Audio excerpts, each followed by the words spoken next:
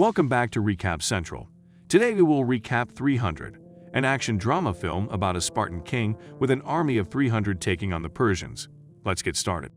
The film begins with a voice-over describing how Spartan youths develop into true Spartan men.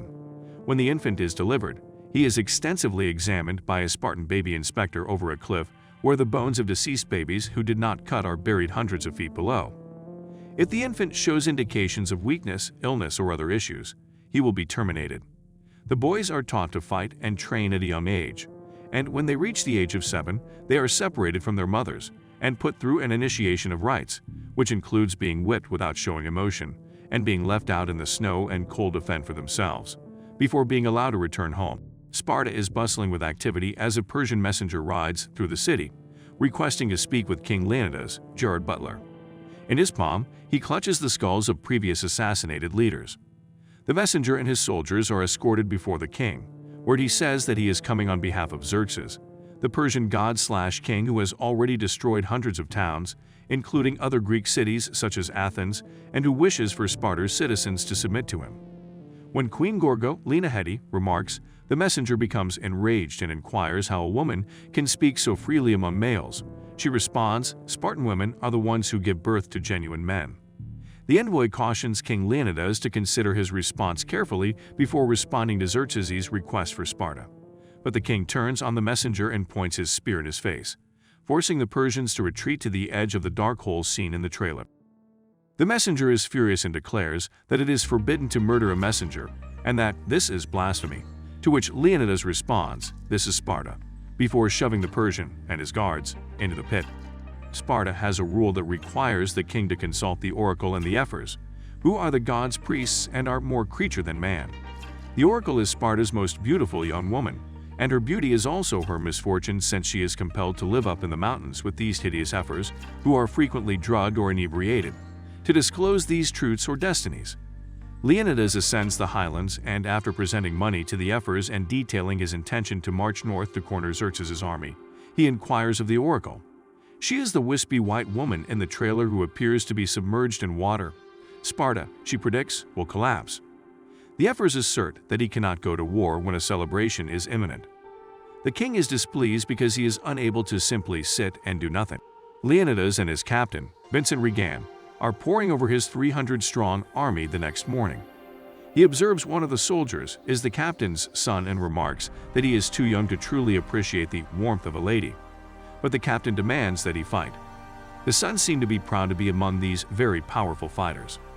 Theron and the other councilmen approach the king and inquire about his whereabouts.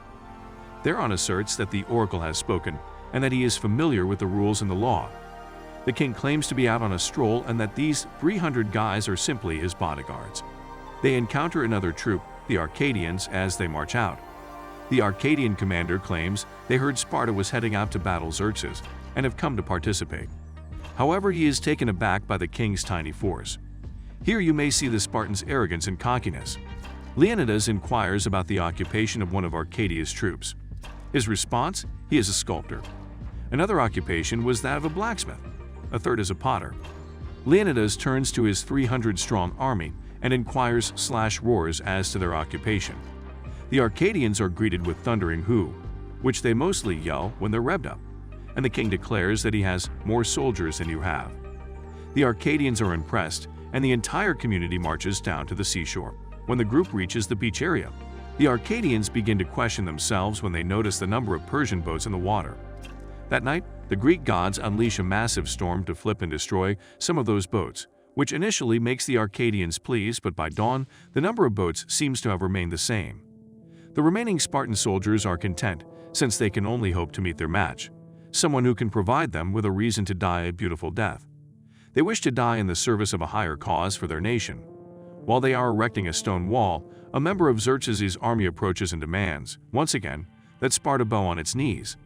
Xerxes admires their arrogance and power and promises that Sparta will become the wealthiest city in the world, and that he will abandon the city's women and children if they lay down their weapons and look to him as king. The envoy mocks the Spartan stone wall until he notices the lifeless remains of many soldiers of the Persian army who were in command of the lookout.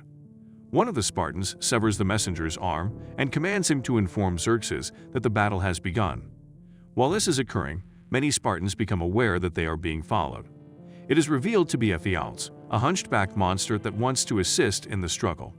He tells the king that the Persians can enter through another entrance. He has a powerful stroke with his spear, but is unable to lift the hefty shield he is carrying. The king asserts that he cannot battle the Spartans since the Spartans use their shields to protect not just themselves, but also the guy on their left, and Ephialtes is rendered ineffective due to his inability to raise his shield. Ephialtes becomes enraged. The first fight demonstrates the Spartans' might. They stand in the tiny hole and wait for the first set of Persian soldiers to emerge to combat. They quickly defeated that army, slaughtering everyone and leaving no one behind. While they regain their breath, the remainder of the Persian army unleashes a barrage of arrows that completely obscures the sun. The Spartans, united, fend off the arrows with their shields and refer to them as cowards. While both sides rest and clean up the battlefield, Xerxes appears to meet with Leonidas.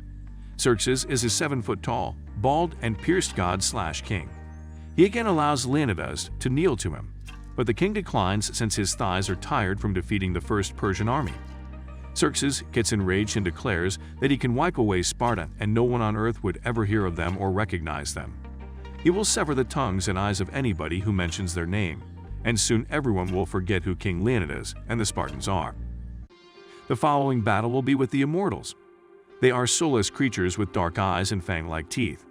They are disguised in black and gold, and their particular weapon is this enormous chained beast. The Spartans easily beat these adversaries, albeit some of their men perish. As Xerxes observes, the narrator states that this godlike deity experiences a human cold. The next bouts see the Persians bringing as much strength as possible to the table through the use of rhinoceros, magic, elephants from halfway across the world, and monsters. When Xerxes realizes his army is losing, he disciplines his generals by scalping them. The captain's son's head is severed during one of these conflicts, and he sobs as his heart is crushed. 3 guys are required to wrestle him away from his son. Do you recall Ephialtes? Xerxes has delivered the hunchback. Belly dancers, concubines, contortionists, transsexuals, and slaves are all present in the tent. He is in awe of all Xerxes has to offer: riches, women, and the opportunity to battle if he will simply submit to him. Ephialtes, fascinated by everything, concurs and informs him of the second opening, through which the Persian army might easily defeat the Spartans. The queen, meantime, is meeting with Theron. She offers him something to drink, and he inquires as to whether it is poison. He asserts that the councilmen will never permit an army to march to the king and implies that he may convince them to do so if she sleeps with him. She consents, and he begins having sex with her forcefully, assuring her this will not be over fast. You will not take pleasure in it. My Majesty, I am not your king. While both armies retreat, King Leonidas addresses one of his troops, Dilios, who sustained an injury during one of the skirmishes. He inquires about Dilios' health, to which he responds, "It's only an eye." The king requests that he come home and tell the account of Sparta to everyone, to all the Greeks, about his 300 warriors. He is aware that they will perish, and while he is sorry that he will not see his wife again, he is content to be doing what he is doing for Sparta. He returns the jewelry his wife gave him to Dilios. The queen meets with the councilmen the next day. She makes an excellent argument for allowing the soldiers to assist the king. You can see that some of the members are moved by her words and are beginning to concur. Theron sarcastically applauds her after her speech. He then turns on her, claiming that no one should listen to her as an adulteress. He informs everyone that she approached him and offered herself to him, but he declined since he is an honest man. She becomes enraged and pursues him, but he sends 2 guards to apprehend her and remove her from the room. She strives for release, which they grant. She is the queen after all, and when she does, she seizes one of their swords and stabs Theron in the stomach. She draws him in and adds, as she continues to drive the blade in, "This will not be over fast. It will be unpleasant for you. I am not the queen of your kingdom."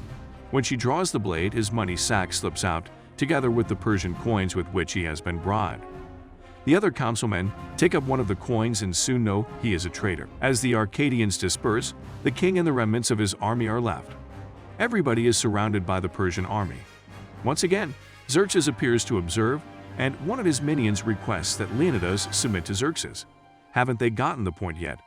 However, Leonidas removes his helmet, places his shield and spear on the ground, and kneels. but only to regain his composure when his gathered group of Spartan warriors disperses and one member comes forward and leaps upon Leonidas' back, spearing that minion to death.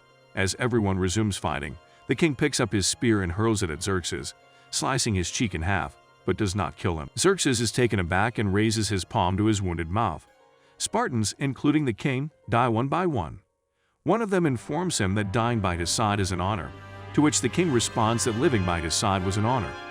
After facing the sun and speaking his final words, "My love," the remainder of the Persian army executes him and ensures the death of all Spartans by launching 1,000,000,000 arrows into the air once again. Dilios goes home to present the jewelry to the queen and to spread the news of their success. It concludes a year later, with Dilios appearing to be the Spartan army's new leader and the Spartans preparing to face the Persians once more. However, this time there are hundreds upon thousands of Spartans who rush to combat on order. Thank you for watching. If you enjoyed, like and subscribe, and tune in until the next recap.